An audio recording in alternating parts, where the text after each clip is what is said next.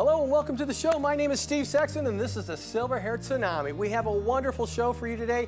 We have Jonathan Gerodes. He's going to talk to you about, hey, what's going to make a difference in the next 7 years when it comes to your mortgage?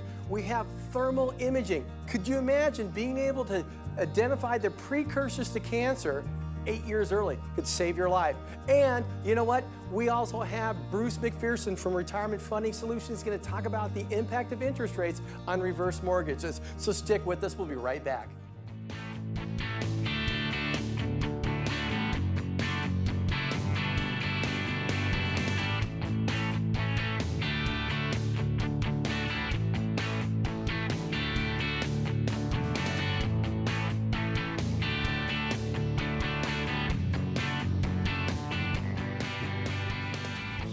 Hi, today's tip of the day, there's actually two. One's very important. It involves consumer advocacy. You know what? I had a client come to me, very important friend, client, and he brought me this letter he received from Publishers Clearinghouse. And he actually received the actual check, and you can see it on the screen now. Now, what happened? If you read the letter and you take a look at the letter, it says, hey, look, you've won $550,000, and here's a check for $7,887. And before you cash the check, we want you to call us. Okay? It looked real. It's a real check, the whole shot. He was like, oh my God, I won. And I said, hold on, it's a scam. I don't know what it is, but it's a scam because Publishers Clearinghouse doesn't do that. We called Publishers Clearinghouse, and here's how the scam works. It looks like an actual check. When you call the number, what happens is they say, hey, look, you know what? In order for you to do this, you're going to need to send us or wire us $1,000 before you cash the check. So you wire them $1,000, and then the check is no good. That's the scam. Publishers Clearinghouse, they show up at your house. If you won $550,000, they show up at your house. The same people you see on TV shows up at your house, and they go through everything and have you sign all the tax forms right then and there. Next tip, the Affordable Care Act, the Obamacare. You've heard of Aetna, Humana, they're pulling out of the healthcare market. United Healthcare did as well. Problem is nobody can afford it. They're losing billions and billions of dollars. And the reality is, what's going to happen in 2017 when nobody's able to be there to afford it? Number one, since you're going to have less suppliers of healthcare, prices will go up. When they can't afford it because too many people with bad health are jumping on their health plan, guess what? The government will probably step in and run the health insurance system at a loss. Guess who's going to pay for it? You and I. So remember, when some politician tells you, hey, don't worry about what's in it, just sign it and find out later, you know you're getting sold down the river. So make sure you understand what politician's going to do what for you, because you don't want to get sold down the river. So this is a tip of the day. We'll talk to you in a minute. Hey, welcome back. You know what? We have Jonathan Gerodes. He's with Synergy One Lending. He's a vice president of retail sales, and he's got a great message for us today. Now could be the best time for the next 7 years to take advantage of your home mortgage. And the big question is why? JJ, so why? Well, welcome to the show. Yeah, thank you, Steve. Always good to see you. Well, here's the thing. So, and I don't have a crystal ball. I mean, I don't. And I don't want to pretend like I do or people think that I do. But what I've kind of been thinking about recently and looking at statistical analysis and historical graphs, and sometimes they just don't lie.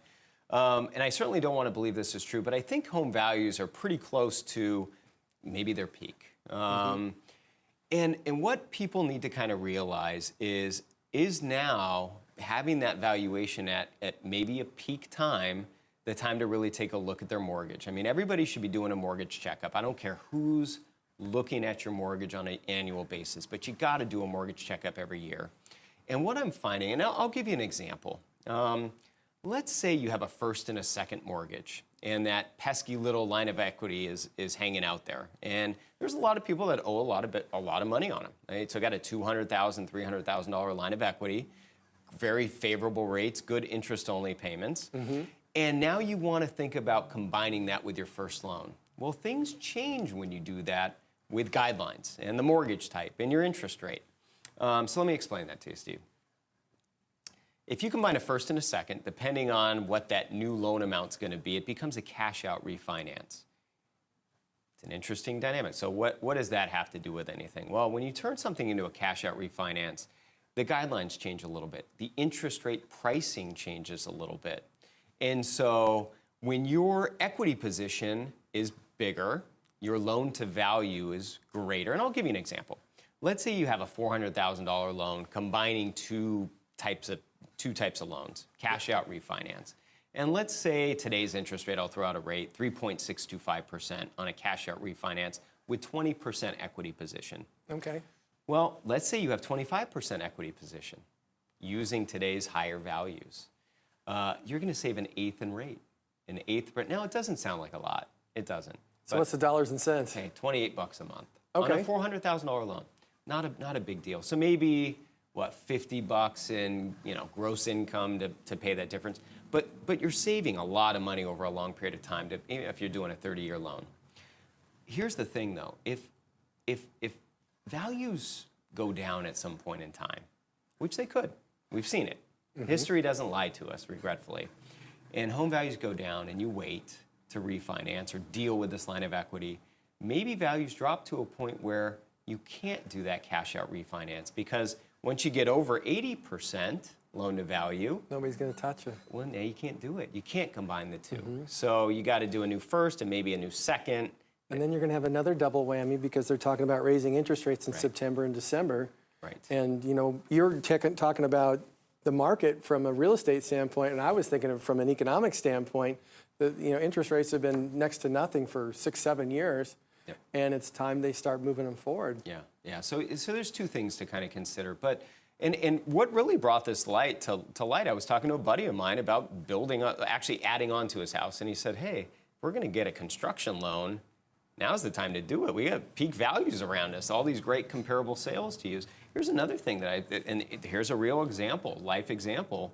Leveraging your mortgage and buying investment property. I mean, as people are reaching that retirement age, they're always looking for alternative income streams. And we've talked about this before, but I'm going to give you, this is a real example. So a borrower of mine, I asked her if I could use her name. Her name's Joanne.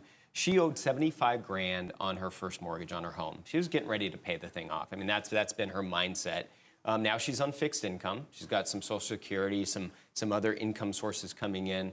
But she felt that investment property would be a good income stream for her. But she doesn't want to tap into her investment accounts.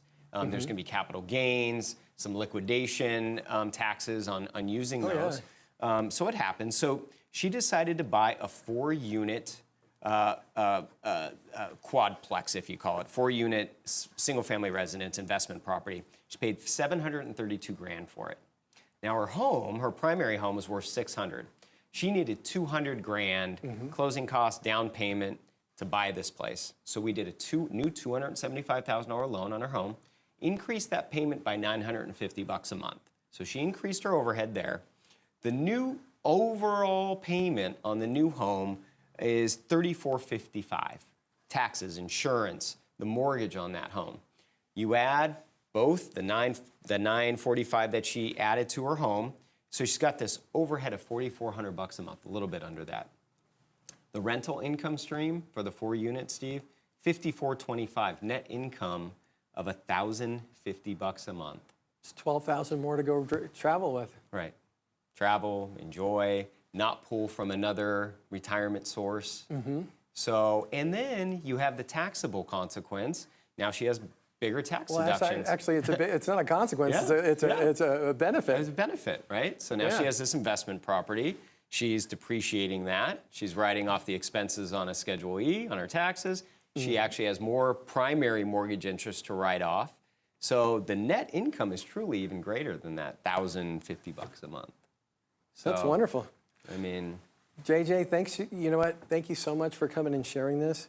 You know what? You talked about it from one perspective, which is real estate prices, and I'm looking at it from an interest rate standpoint, because the reality is we could be in that storm in a year or two where you have values going down and interest rates going up, so it makes it much, much harder for people to get 20% and even be able to afford the payments. So now is the time for people to take a look at that. Yeah, it can be.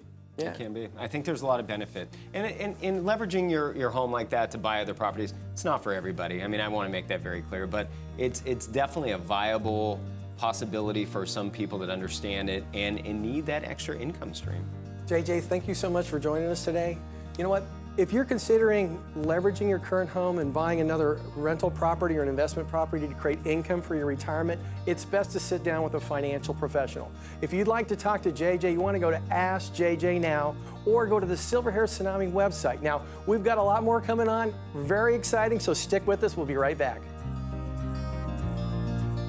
With interest rates, potential interest rates increasing, because we just heard from the Fed, they're looking at possibly raising them to September, and we're going through that little cycle again, and then possibly again in December. It's very important to understand the impact on multiple things like credit cards, mortgages, and now we have Bruce McPherson, Retirement Funding Solutions. He's a certified reverse mortgage professional. There's only 140 out of the hundreds of thousands reverse mortgage professionals in the United States. He's here to talk to us about rising interest rates, the impact on reverse mortgages. Bruce, welcome to the show. Very good to be here, Steve. Thanks for having us. Just kidding. Hey, look, you know what? I've had a lot of people talk to me in the last 3 weeks about their concern with rising interest rates. And they are considering the reverse mortgage. They were thinking about waiting for a year or two. You know what? Shed some light on that for us. Certainly. So one of the things that, when you read articles about reverse mortgages, one of the things that they barely mention, if at all, is the fact that one of the factors that affects the amount of money that you can qualify for when you apply for a reverse mortgage, one of the factors is the interest rate environment that you're in at the time. For the past several years, with this low interest rate environment, people have been qualifying for the most money possible. And what I mean by that is they're qualifying for the largest percentage of their home value, which is also based on age. But if you were to look at, say, 5 years out in the future, and somebody who's, say, 62 today is, 5 years older, so then they're 67, the fact that they're older would allow them to qualify for a little bit more if rates are still as low as they are today. But if rates have risen in any meaningful way, like I think they will have 5 years from now, then the amount of, the percentage of their home's value that they qualify to access through a reverse mortgage would actually be less instead of more, even though they're 5 years older. So interest rates have a bigger effect on that formula than age does. So let me just make it real simple. Sure. So right now, the most you can get on a reverse mortgage is how much? Anywhere from about 50 to 75% of the home value, depending on your age. So if you have a $600,000 or $700,000 home, the max you can get is. Yeah, maybe 300 to 400,000. Okay, so say you're at 300,000 right now. Yeah. But 5 years down the road, if the interest rate stayed low, you might be able to get 330, 340,000. Yeah. But if interest rates go up by 1%, you might only be able to get 270,000 is what you're saying. Yeah. If they go up by about 2%, you'd get definitely 270 or less. Yeah, 270 or less. So the important thing for people to understand is if they think they've got to wait for a reverse mortgage, it might not be a good decision. Secondly, how does it affect if they get a reverse mortgage now, they have not taken any loans out or equity lines, that reverse mortgage balance will continue to grow. Right. So if it's growing at like 5% right now, and interest rates go up by 2, will it grow by 7? Well, and first I want to back up and I misspoke. If you said if rates go up about 1%, then somebody who qualifies for 300 right now would get about 270. That was actually accurate. If it goes up 2%, they'd only qualify for maybe 250 or 240. Okay. But if they get the reverse mortgage now and just leave the money available as just guaranteed credit in the reverse mortgage line of credit, which is one of the most popular options, that credit grows over time just because that's the way the government wrote the rules. So their access to liquidity that's guaranteed for them keeps growing. And if rates rise in the future, then that growth rate on their guaranteed line of credit also rises. So now their line of credit is growing even faster if interest rates are higher. So the advantages to getting a reverse mortgage now in a low rate environment are really twofold. Number one, you're qualifying for more than you could if rates were higher. And number two, you can, the sooner you get it, the sooner that line of credit starts growing for you. And this is a line of credit that's federally insured. So even if the lender goes out of business, your line of credit is still there for you. You can access it tax-free. It's growing for you tax-free.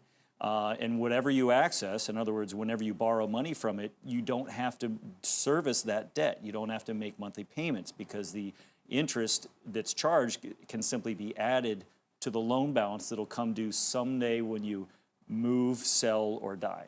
Okay, so here's another little thing. There's a lot of people who have interest in covering a pension that's going away, or they're concerned about long-term care because they can't afford the premiums because they keep going up and up and up every single year. Yeah. So right now they get a $300,000 reverse mortgage. It grows by 5% if interest rates don't change, but it'll increase if interest rates do change. Yeah. And you know what? They might have in 10 years, $500,000, maybe even $6,000, depending on how much it grows, for the purpose of covering long-term care or creating an income for a pension. Is that right? And that is a brilliant strategy. And most financial advisors still haven't learned about that, but they're starting to learn.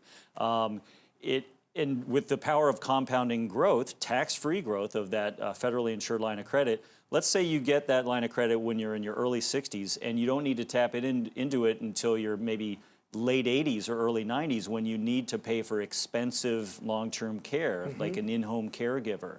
Well, that line of credit could have grown to over $1 million, maybe well over $1 million because of the power of compounding growth.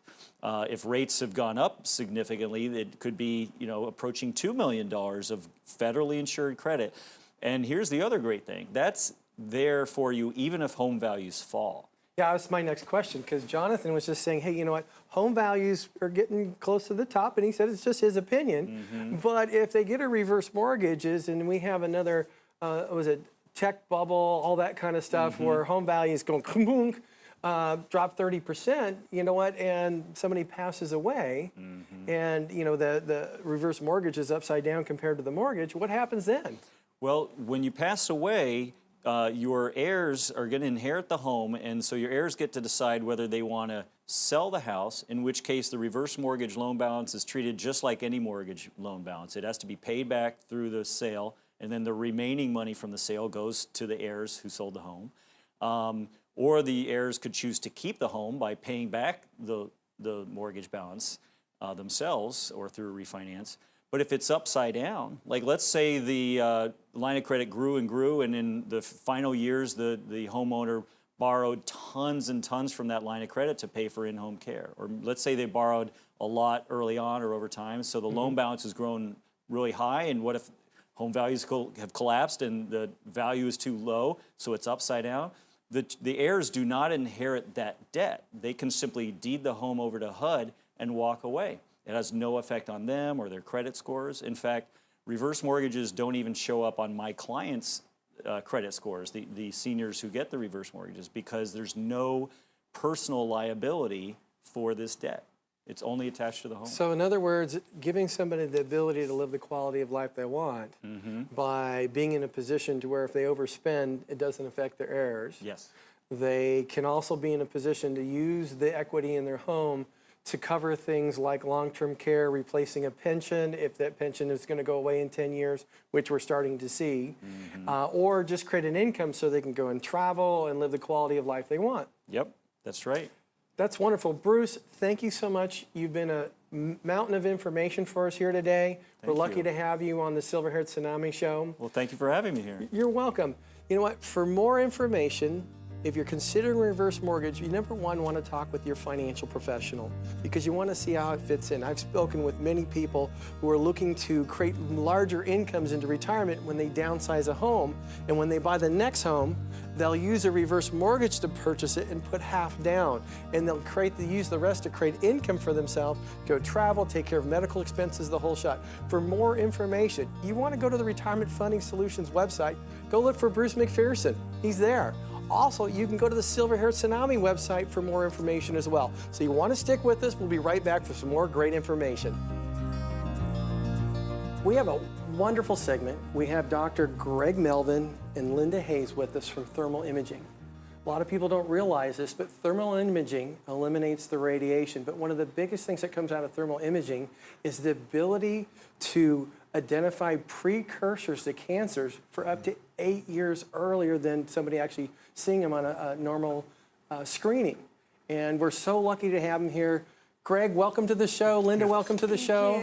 Thanks for having us. Oh, I'm actually really excited about this, and a lot of people do know this or don't. I'm a cancer survivor. 10 years ago, I had colon cancer. That was when I was 42. But if I could have found out when I was 34 and dealt with it and not had that, I would have been so happy. Tell us what thermal imaging's all about, and tell us, please. Infrared. Well, thermography, actually the earliest imaging done was on breasts.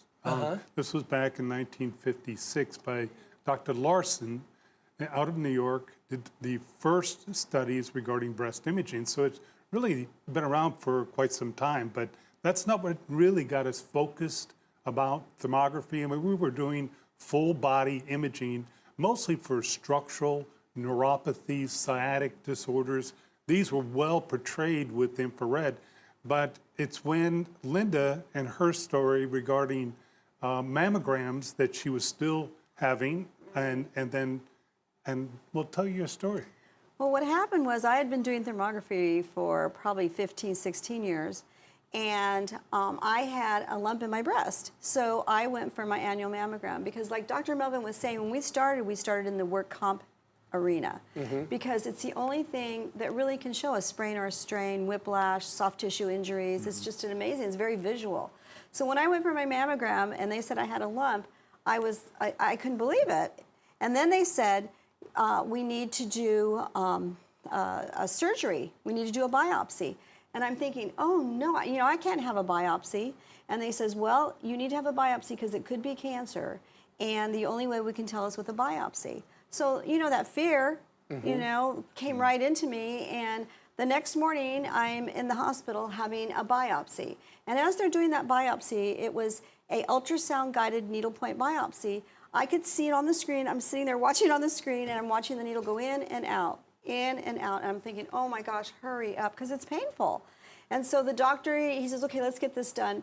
Puts the needle in, and on the screen, I actually saw it go through the cyst, which wasn't a tumor, into my lung and collapse my lung.